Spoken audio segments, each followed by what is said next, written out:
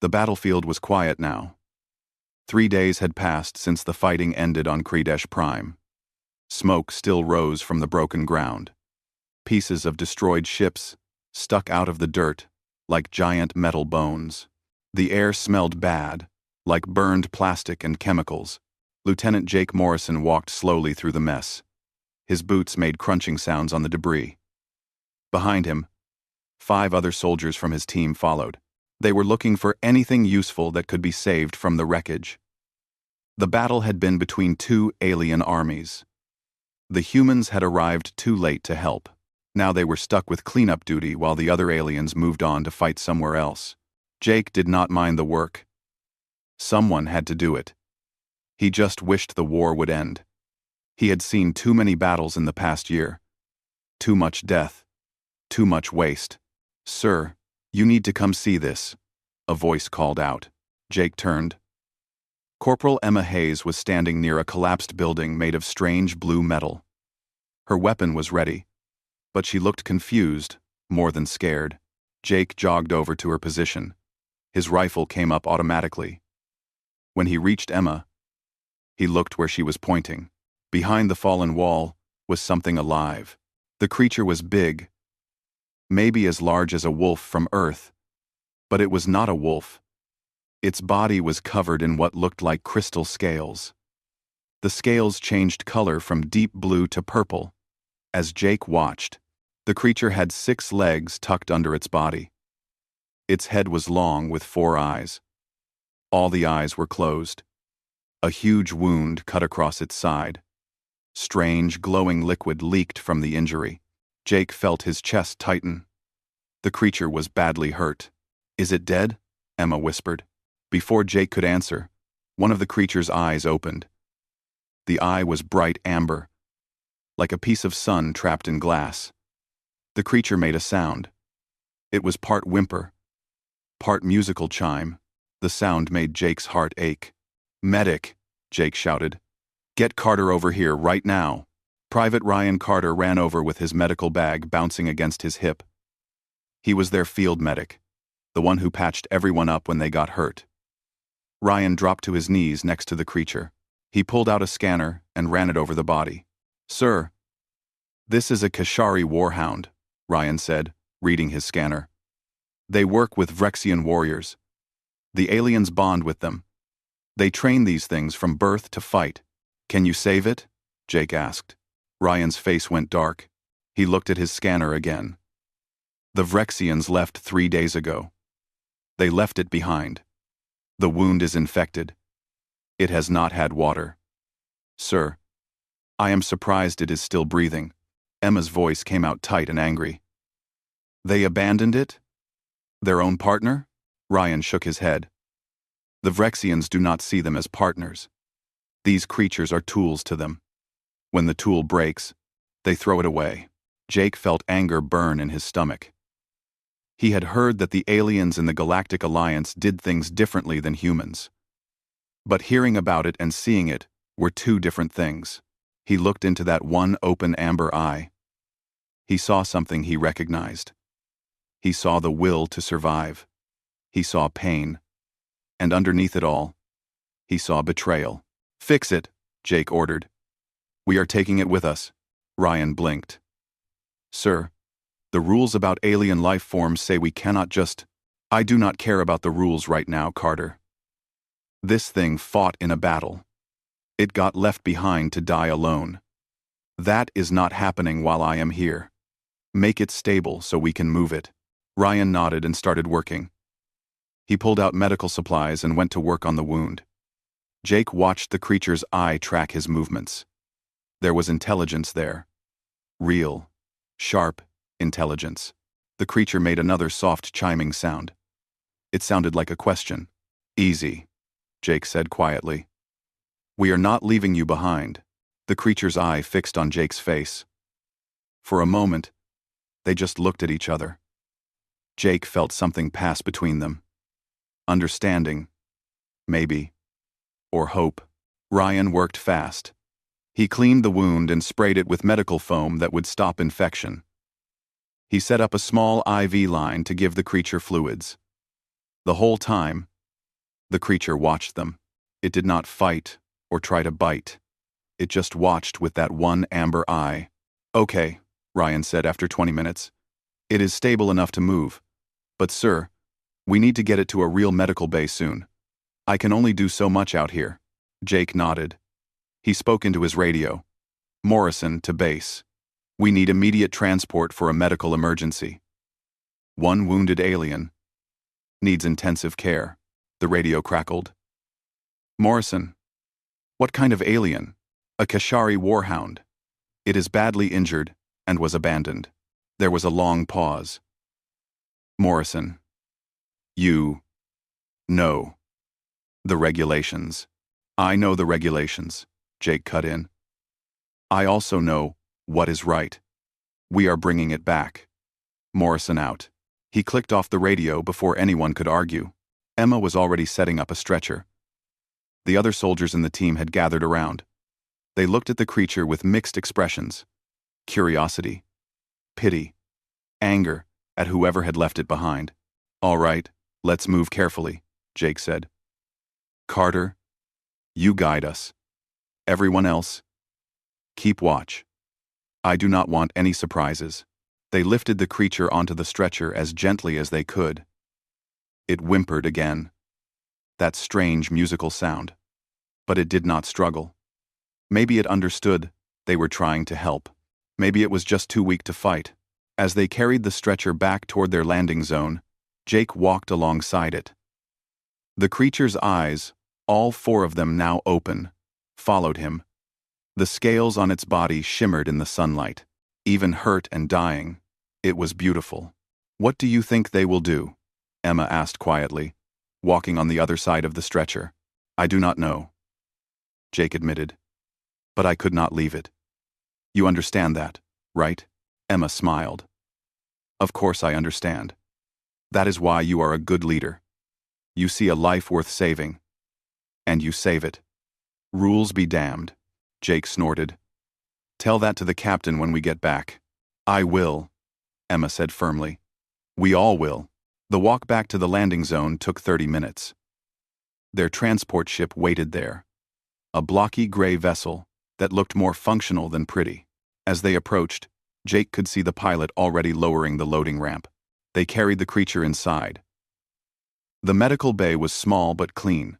Ryan directed them to set the stretcher on the main table. He immediately went to work hooking up better equipment. Jake stepped back and let him work. He looked down at the creature. It looked back at him with all four eyes now. There was still intelligence there. Still awareness. "You are going to be okay," Jake said, not sure if it could understand him. The creature made a soft sound. It was quieter this time. Less pain in it. Maybe it believed him. Maybe it was just too tired to care anymore. Either way, Jake meant what he said. He would make sure this creature survived. He would make sure it got a second chance, even if it meant fighting his own people to do it. The transport lifted off, carrying them up toward the ship waiting in orbit. Jake stayed in the medical bay, watching Ryan work. He did not know what would happen next. He just knew he had done the right thing. Sometimes, that had to be enough. The USS Defiant hung in space above the planet like a steel giant. Inside the ship, Captain Lisa Rodriguez stood in the medical bay with her arms crossed. She looked down at the strange alien creature lying on the medical table. It was unconscious now, breathing slowly. Machines beeped around it, monitoring its health. "Lieutenant Morrison," Lisa said. Her voice was calm but firm. "Explain to me why you brought an alien war animal onto my ship without asking first." Jake stood straight, his hands behind his back in proper military position. "Permission to speak freely, ma'am?" "Go ahead, because it was the right thing to do. The Vrexians left this creature behind. It served them. It fought for them. Then they abandoned it, to die alone in pain. I could not let that happen." Lisa was quiet for a long moment. She looked at the creature again. Its crystal scales had been cleaned. They showed beautiful patterns that seemed to glow even in the white lights of the medical bay. The wound had been closed and sealed. The creature's breathing was steady and strong. "Dr. Kevin Walsh," Lisa called to the ship's doctor, who was checking monitors nearby. "Tell me what you found." The doctor pulled up a screen that floated in the air. It showed numbers and graphs.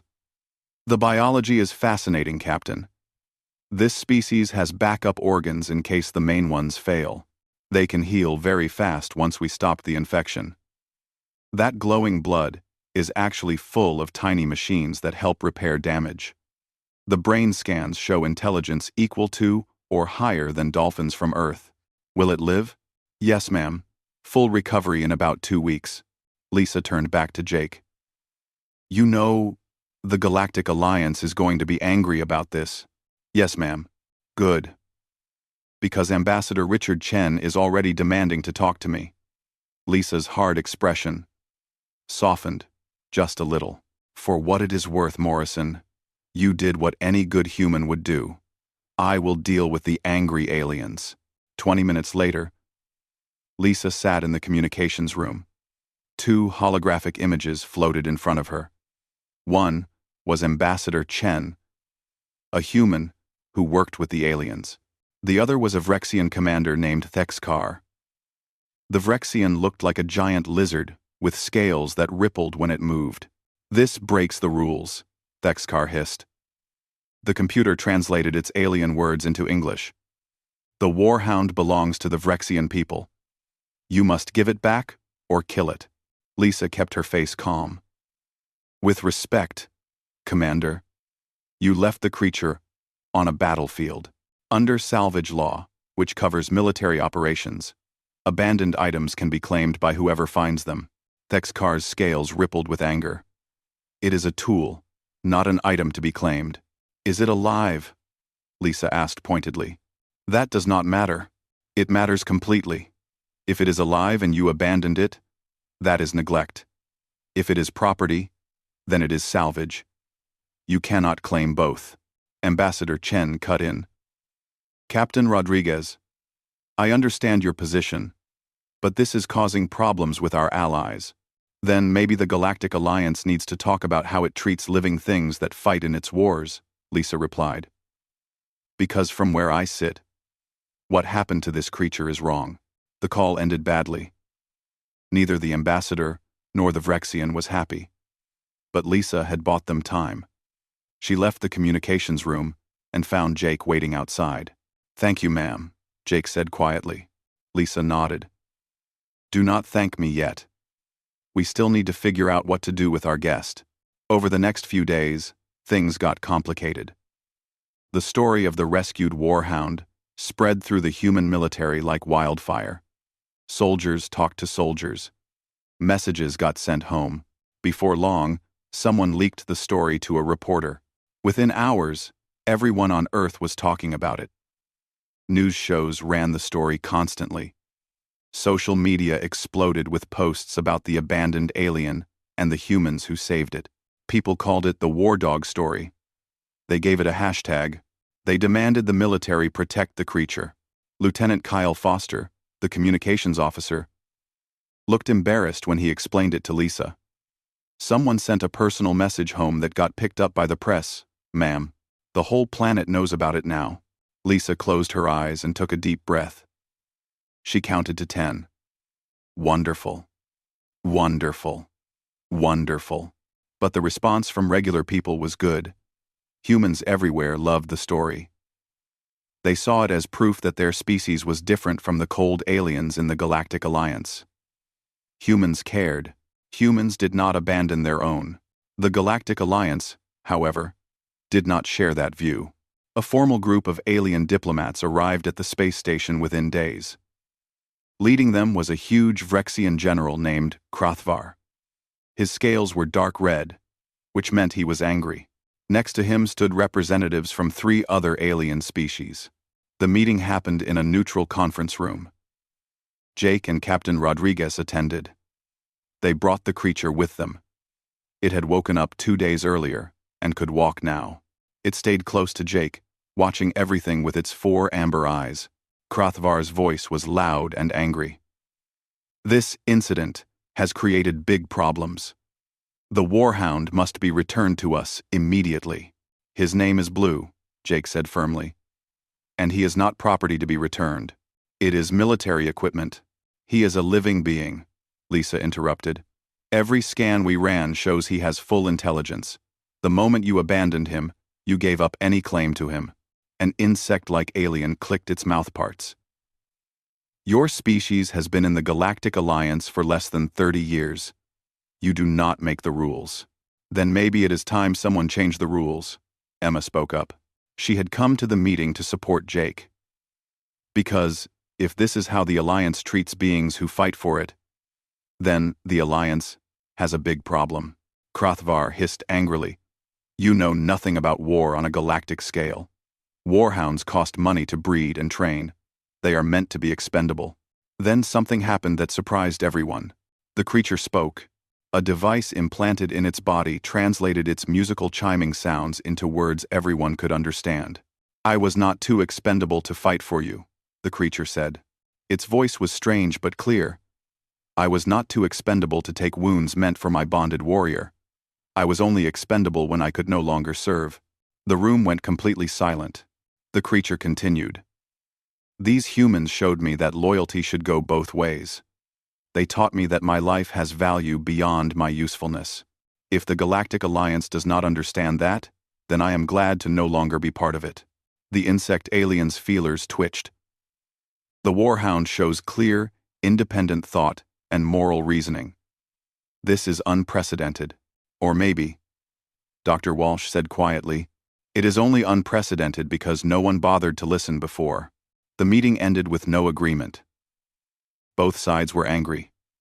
But 3 days later, something unexpected happened. A message came from the Kashari homeworld. The Kashari were the species the Warhounds came from. An elder appeared on the screen. Its scales were gray-blue, with age. I am Nexus Prime, the elder said. I speak for all Kashari. We have heard of the one now called Blue. We wish to speak with him. Blue was brought to the communications room. He seemed nervous. Jake stood beside him for support. Young one, Nexus Prime said gently. You have done something remarkable. You spoke a truth that many of us have kept silent for generations. We are not mere tools. We have always had full intelligence, but we lacked the power to say so.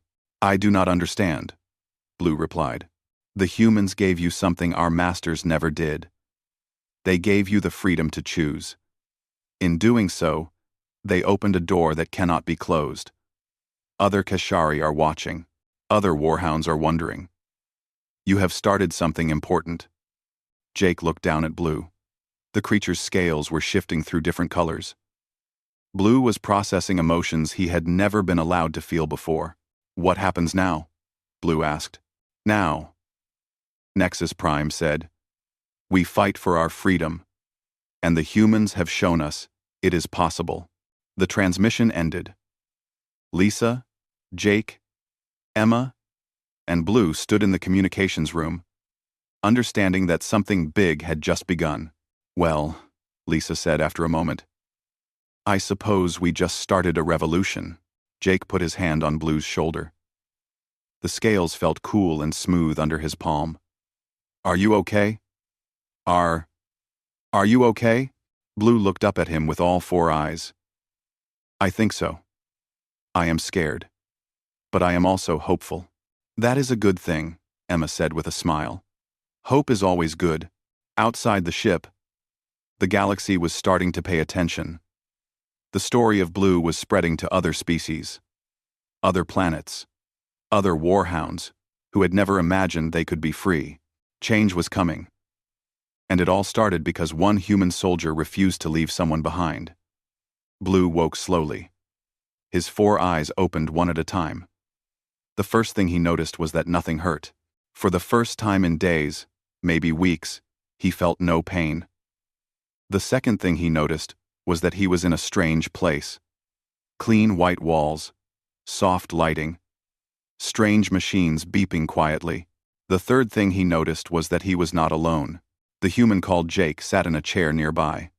He was reading something on a small screen, but he looked up when Blue moved. "Hey there," Jake said softly. "How are you feeling?" Blue's translator implant turned on automatically. It processed the words and let Blue understand them. He had learned many languages during his service. His masters had wanted him to understand commands from different species, but they had never encouraged him to talk back. They only wanted obedience. Blue tried to speak. His voice came out weak at first. The translator converted his musical chimes into words. Why? Crom. Jake seemed to understand the question, even though it was just one word. Why did we save you? Because you deserve to be saved. Nobody should be left behind like that. The idea was strange to Blue. Warhounds were told from birth that they existed only to serve.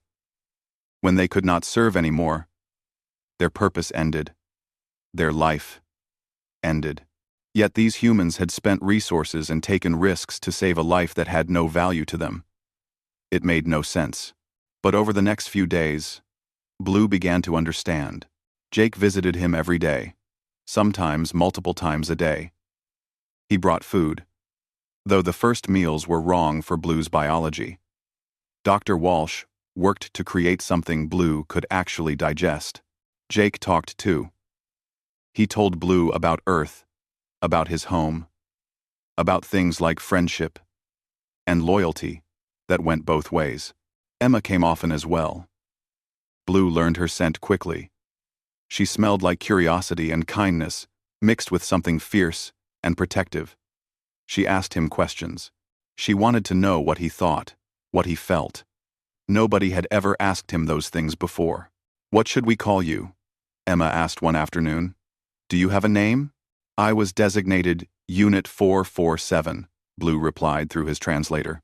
Emma's face changed. Blue had learned to read human expressions a little. This one looked like distress or sadness. "That is not a name.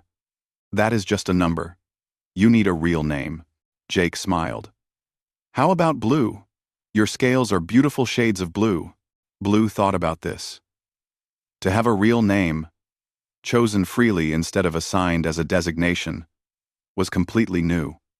But it felt right somehow. It felt like the beginning of something.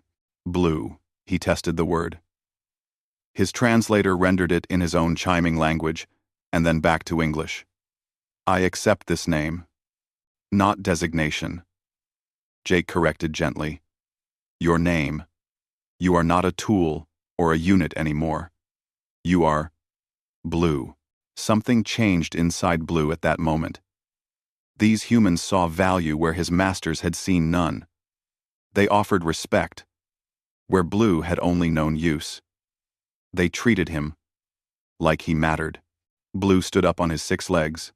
He was still a bit unsteady, but his strength was returning. He walked slowly toward Jake.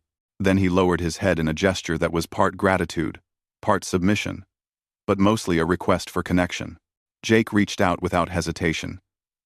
His hand touched Blue's crystal scales. The touch was warm and steady. It had none of the cold calculation Blue had always felt from his former masters. There was no assessment of his usefulness, just simple kindness. "You are safe now," Jake said. "You are with us." Blue made a deep chiming sound that came from his core. It was a sound of acknowledgement and acceptance. If he could no longer serve the Vrexians, perhaps he could find new purpose with these strange, compassionate humans. The days passed. Blue grew stronger. He began to explore the ship, always with Jake or Emma nearby. The other humans were kind to him too. Some were nervous at first. He was an alien, after all, but they saw how gentle he was, how intelligent his eyes were, and their fear faded. Ryan, the medic who had first treated him, checked on him regularly. "You are healing remarkably well," Ryan said one day. "Better than I expected." "My species heals fast," Blue explained. "We were bred for it. Quick recovery meant we could return to battle sooner." Ryan's face showed that sad expression again. "That is not why you should heal fast. You should heal so you can live well, not So you can fight more. Blue tilted his head, processing this. I do not know how to live well. I only know how to serve. Then we will teach you, Emma said. She had just entered the medical bay. Living well means having choices. It means doing things because you want to, not because you have to. What if I do not know what I want? Blue asked. Jake smiled. Then you will figure it out. That is part of living. And we will help you. One evening, Blue found himself on the observation deck with Jake. They looked out at the stars through the large window. Blue had seen space before, but always from the inside of a transport ship, always on the way to another battle. It is beautiful, Blue said quietly. Yes, it is, Jake agreed. Do you know what I think about when I look at the stars? What? I think about all the possibilities out there. All the places we have not been yet. All the people we have not met. The universe is huge and full of wonder. Blue's scales shifted colors, reflecting his emotional state. I think about battle. That is all the stars meant to me before. Another place to fight. Another place where I might die. But not anymore, Jake said. Now you can think about them differently. Now you have a future that is yours to choose. Blue turned all four eyes to Jake. What if I choose badly? What if I am not good at having choices? Then you will make mistakes and learn from them. That is what everyone does. But you will never be alone while you figure it out. You have us. Now. You have friends. Friends? Blue repeated the word. It was another concept he was still learning. Is that what we are? Grond. Of course, Jake said simply. You are my friend. You have been, since the day we found you. Blue felt something warm spread through his body. Not physical warmth, but emotional warmth. It was a feeling he had no name for. In his own language. Later, Emma would teach him the human word for it. Love. Blue moved closer to Jake and did something that felt natural despite being completely new. He pressed his head gently against Jake's chest, right where his heart was beating. In Keshari tradition, Blue said softly, this is how we acknowledge family. Before we were enslaved, before we became warhounds, this is what we did with those we loved. Jake wrapped his arms around Blue's neck, holding him gently. They stood like that for a long time, human and Keshari, connected by something deeper than words. Over the next week, Blue learned more about himself than he had in his entire life before. He learned that he liked music. The ship's computer could play thousands of songs from Earth, and Blue would sit and listen for hours. He learned that he was curious about everything. He asked questions constantly, wanting to understand this new world he found himself in. He also learned that he was afraid. What if they take me back? Blue asked Emma one day. They were in the ship's small garden, a room full of earth plants that provided fresh oxygen. What if the Vrexians come and force me to return? And 1, 2 plants. Emma knelt down so she was at Blue's eye level. We will not let that happen. I promise you. Every human on this ship will fight to protect you if we have to. Why would you do that? Blue asked. I am not human. I am not even from your planet, because that does not matter, Emma said firmly. You are a living being who deserves freedom and kindness. That is all that matters.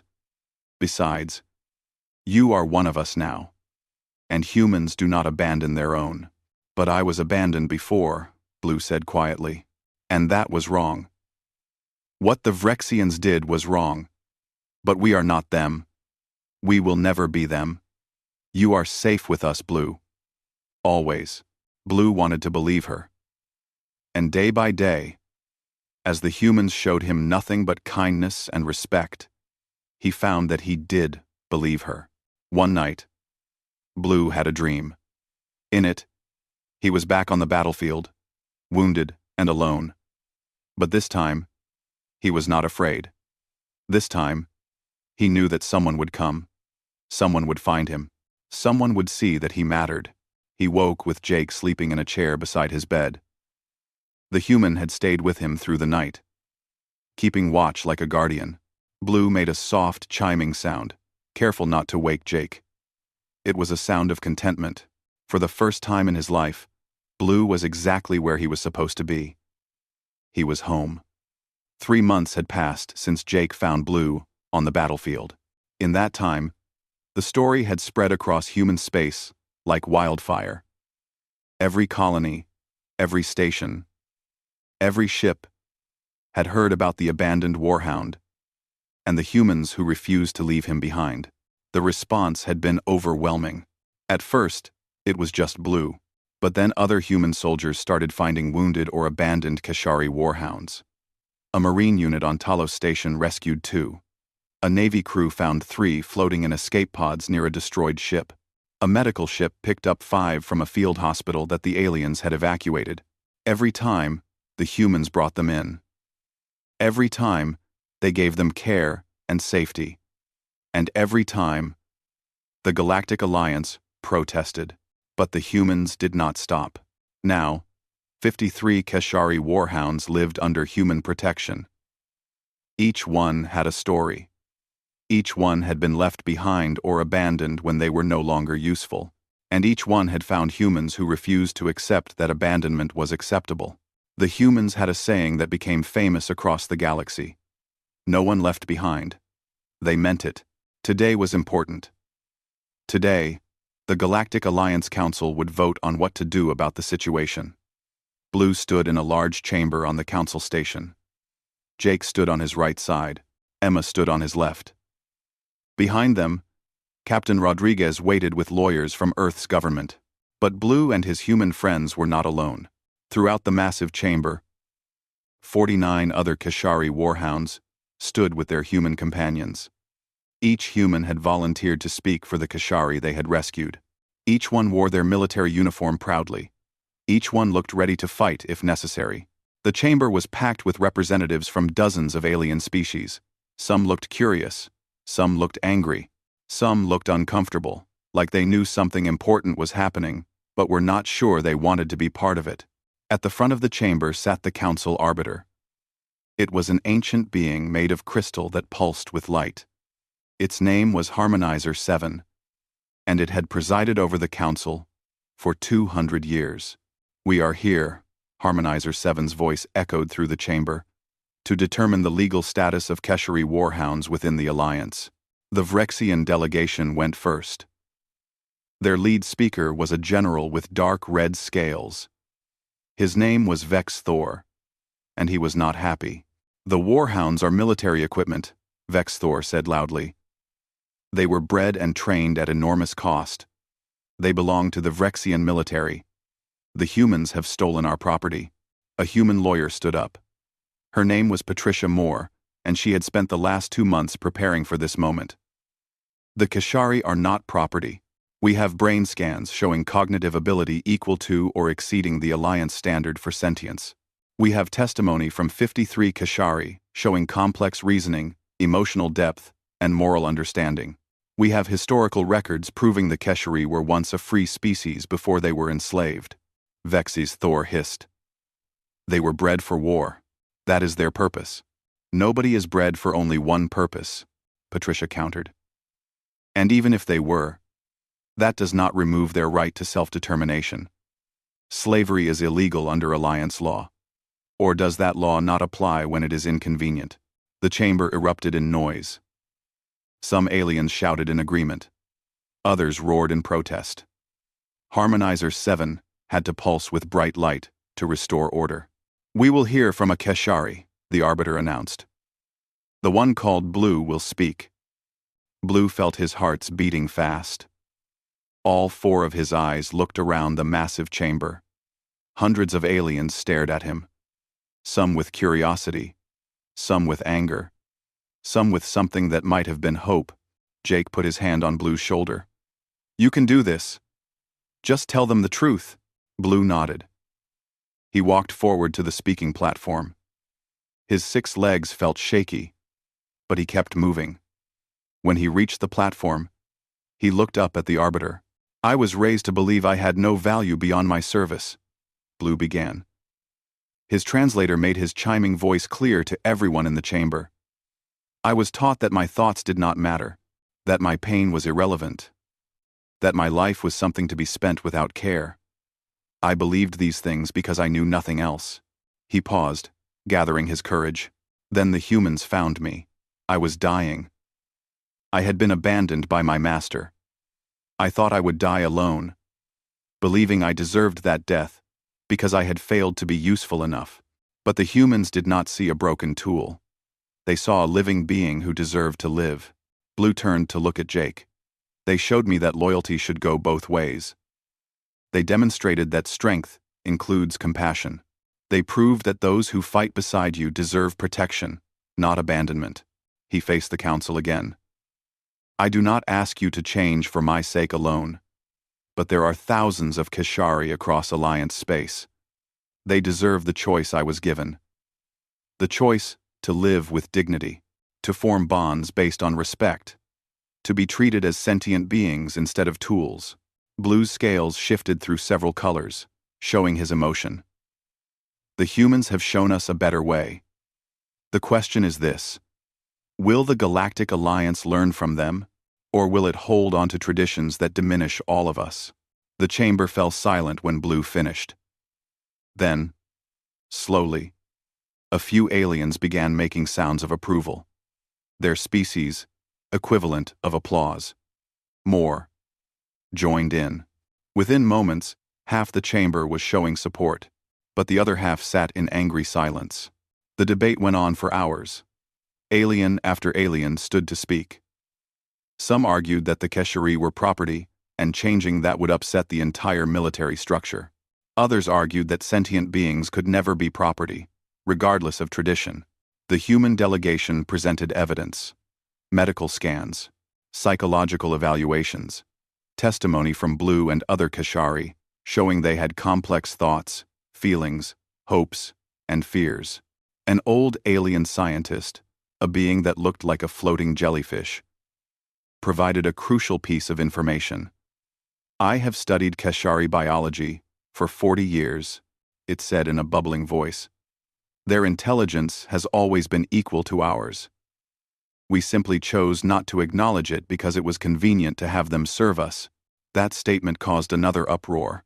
Finally, after 3 days of debate, the vote came. Blue stood with Jake and Emma, waiting. His whole body trembled. Around him, the other Kashari waited too. This vote would determine their futures. Harmonizer 7's voice rang out. The proposal: to grant Kashari warhounds full sentience rights under Alliance law. All Kashari currently in service may choose to continue or seek sanctuary. Those who have been abandoned or wounded will receive care. New partnerships may only be formed through mutual consent. All in favor? Lights began appearing on the voting board. Blue watched as the count climbed. His hearts pounded so hard he thought they might burst. The count reached 49%. Then 50. Then kept climbing. The measure passes, Harmonizer 7 announced. By a vote of 54 to 46, the Kashari are granted full sentience rights. The chamber exploded with noise. Some aliens cheered. Others roared in anger. The Vrexian delegation stood up and marched out, their scales rippling with fury. But Blue barely noticed them leaving. He was too busy being hugged by Emma and Jake, who had both thrown their arms around him. "You did it," Jake said, his voice thick with emotion. "You actually did it." "We did it," Blue corrected. "All of us together." Around them, other Kashari were celebrating with their human companions. Some were crying. If Kashari could cry. Others were making joyful chiming sounds. All of them were free. Captain Rodriguez approached with a smile. "Congratulations, Blue. You just changed the galaxy." Blue looked around at all the Kashari. At all the humans who had fought for them. At the aliens who had voted in their favor. I could not have done it without help. Without humans showing me what was possible. "That is what we do," Patricia Moore said, joining them. "We see injustice, and we fight it. Even when it is hard. Even when others tell us to stop. That night, Blue stood on an observation deck, looking out at the stars with Jake beside him. "What will you do now?" Jake asked. "You are free. You can go anywhere, do anything." Blue was quiet for a moment. Then he looked at Jake with all four eyes. "I would like to stay with you, if that is acceptable.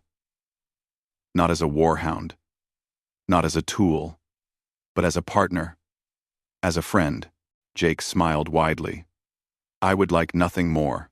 They stood together, watching the stars, knowing that the galaxy had changed forever. And it all started because one human refused to walk away from someone who needed help. 6 months after the council vote, the galaxy was a different place. The Kashari Liberation Act had changed everything. Thousands of warhounds across Alliance space had been given a choice. Some chose to continue serving with their bonded warriors, but now as equals with rights and protections.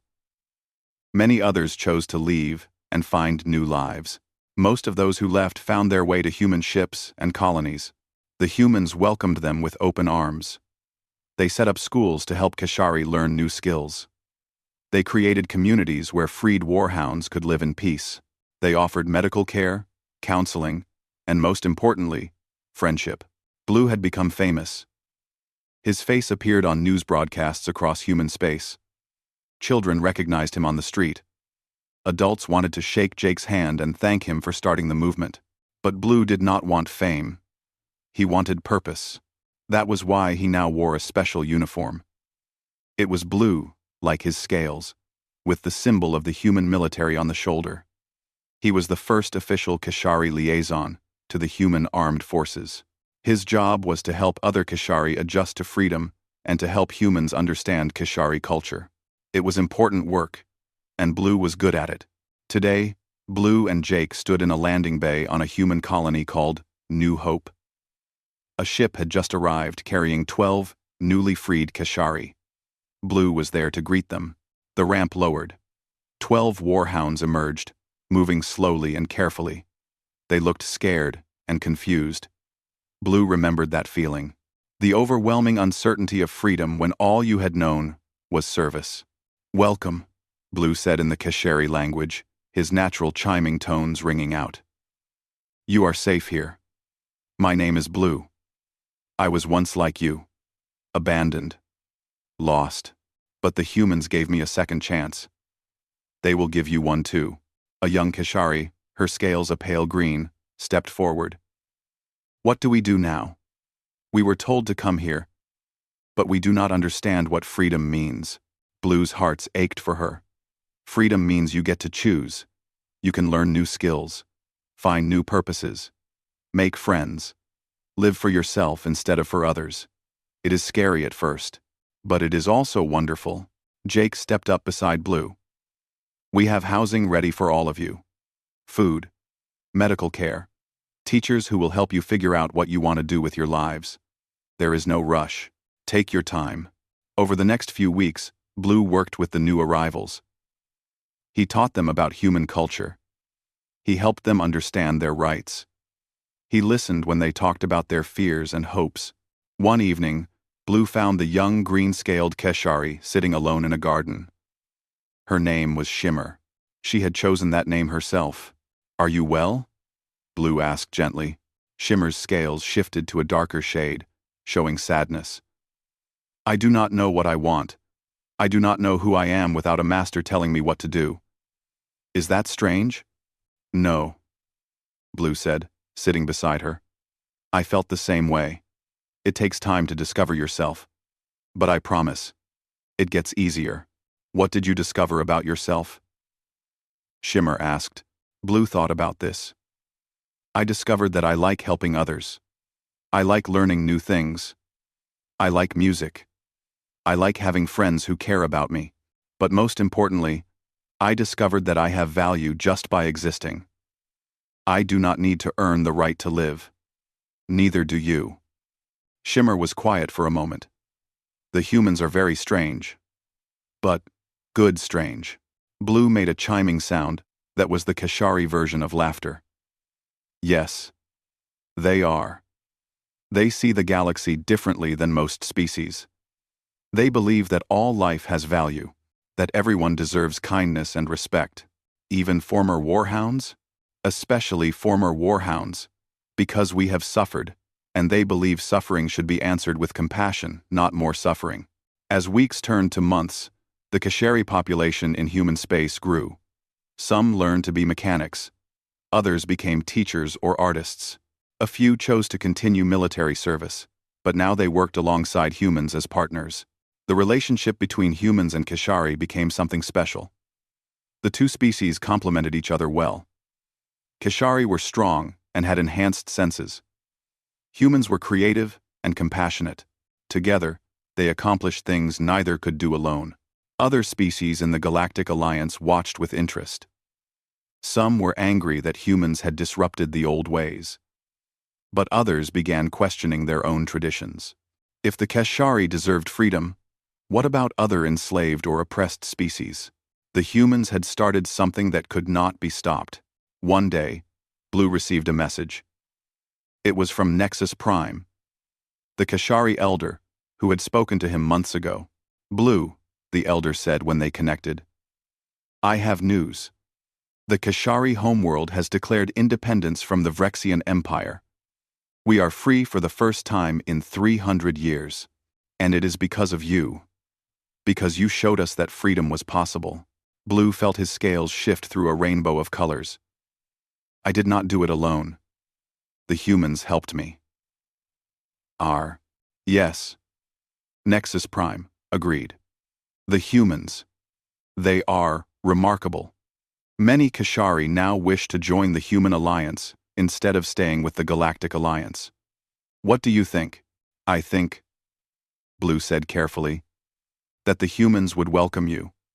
But it should be a partnership of equals, not a new form of service. We understand. We have learned from our past. We will not make the same mistakes again. The conversation ended, but Blue knew it was just the beginning of something new. That evening, Blue found Jake in their shared quarters. They had chosen to live together, finding comfort in each other's company. I heard about the Kashari homeworld, Jake said. That is incredible news. It is strange, Blue admitted. I spent my whole life as a warhound. Now, my entire species is free. And it all started because you refused to leave me behind on that battlefield. Jake smiled. I just did what felt right. I saw someone who needed help, and I helped. It is not complicated. But it is, Blue insisted. Other species walked past me. They saw me and did nothing. Only humans stopped. Only humans cared. Why? Jake thought about this for a long moment. I think it is because we remember what it is like to suffer. Humans have a long history of fighting for freedom. We know what it is like to be oppressed.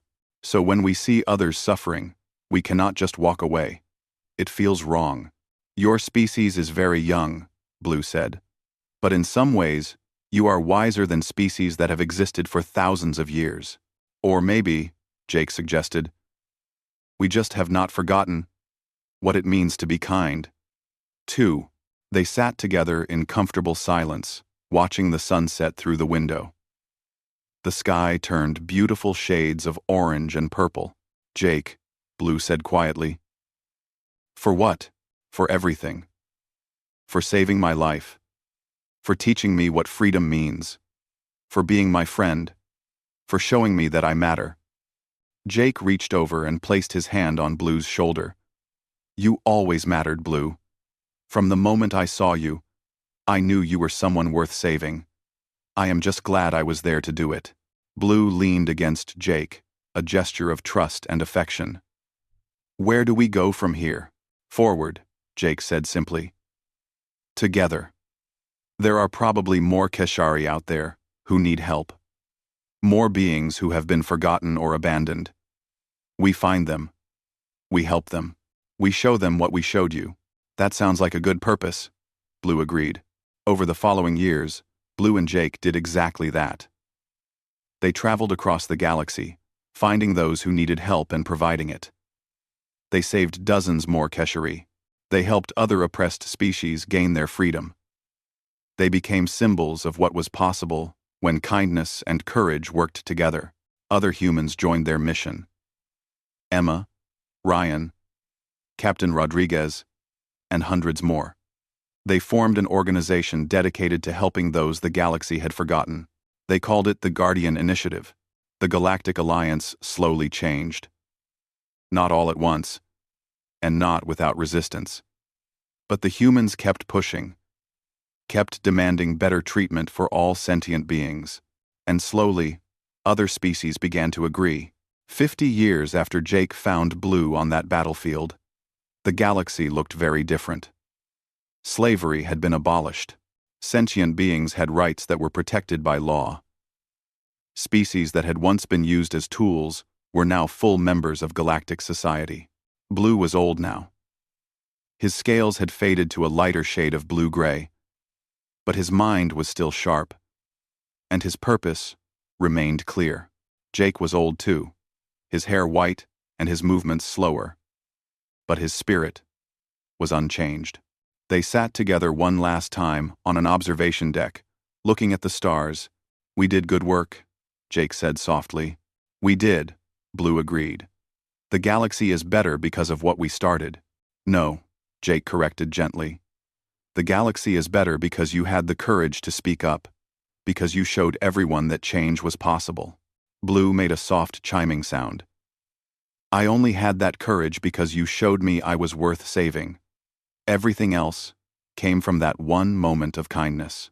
They watched the stars together, two friends who had changed the galaxy, and somewhere out there, other humans were still doing the work, still refusing to leave anyone behind, still showing the galaxy what compassion looked like. That was the human way. That was the legacy Blue and Jake left behind. And it all started with one simple act: refusing to abandon someone who needed help.